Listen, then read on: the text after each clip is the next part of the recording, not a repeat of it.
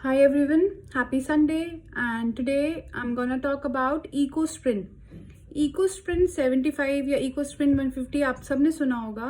Body में clotting को रोकने के लिए, हार्ट स्ट्रोक्स, ब्रेन स्ट्रोक और इन ऐसी कंडीशंस में ब्लड क्लॉट ना फॉर्मेशन हो, इसके लिए EcoSprint दी जाती है। हमारे घर में हमारे जितने भी एल्डरलीज हैं, डेफिनेटली वो EcoSprint पे होते हैं। पर EcoSprint के बारे में इंफॉर्मेशन थोड़ी होनी चाहिए। पहली बात, एस्पिरिन करता क्या है? एस्पिरिन EcoSprint एक ही बात है। तो एस्पिरिन करता क्या है? एस्पिरिन एंटी प्लेटलेट ड्रग होती है, ठीक है। एंटी प्लेटलेट ड्रग का मतलब वो प्लेटलेट्स को आपस में क्लम्प्स नहीं बनाने देता है, जिसकी वजह से क्लॉट नहीं बन पाएगा, ब्लड क्लॉट नहीं हो पाएगा। जब ब्लड क्लॉट नहीं होगा तो वो छोटे छोटे जो वेसल्स हैं उनमें नहीं फंसता है। तो जिनमें बॉडी में क्लॉट फॉर्मेशन की टेंडेंसी होती है, चाहे वो फैट लेवल्स की वजह से हो, ट्राइग्लिसराइड्स, कोलेस्ट्रॉल लेवल्स या किसी भी वजह से हो, उसमें EcoSprint चलाई जाती है। कभी कभी प्रोफाइलैक्टिकली एक एज के बाद चलाई ही जाती है। If the patient is having hypertension, if the patient is having anything related to blood or heart or anything which is very harmful for the brain and it can lead to a stroke. तो क्या है, अब anti platelet drug है, अब वो bleeding नहीं होने, blood clot नहीं बनने देगी। अब ब्लड क्लॉट नहीं बनने देगी, इसका मतलब वो ब्लड को पतला रखेगी। अब अगर ब्लड को कोई पतला रख रहा है और इस दौरान ऐसे कौन से टेस्ट हैं जो ये बताते हैं कि ब्लड अगर पतला है तो ऐसा तो नहीं कि वो इतना पतला रहे या कि ब्लीडिंग टेंडेंसीज क्रिएट हो जाएं। फॉर एग्जाम्पल, अगर पेशेंट एस्पिरिन पे है और उसकी सर्जरी है, और definitely doctor should know, right, या उस पेशेंट को चोट लगती है किसी भी वजह से, तो डेफिनेटली अगर वो एस्पिरिन पे है तो उसको जो ब्लड, जहाँ चोट लगी है वहाँ पे ब्लड क्लॉट होने का टाइम डेफिनेटली बढ़ा हुआ होगा। और इससे क्या होता है, ब्लीडिंग का टाइम बढ़ जाता है, ब्लीडिंग टाइम बढ़ जाता है। तो मान लीजिए 2 से 7 मिनट के अंदर वहाँ खून बंद हो जाना चाहिए था बहना, वहाँ अभी भी बहेगा।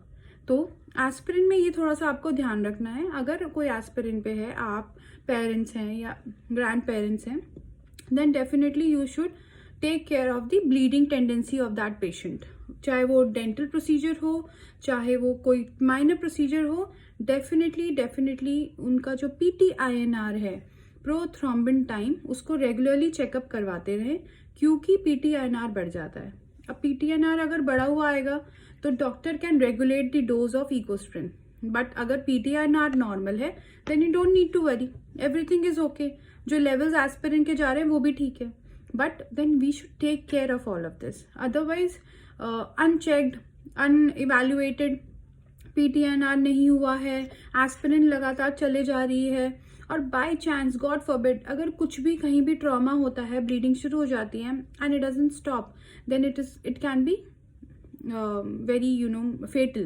So we should take care of our bleeding tendencies when the person, a patient or our loved one is taking EcoSprint 75, 150 और एस्पिरिन।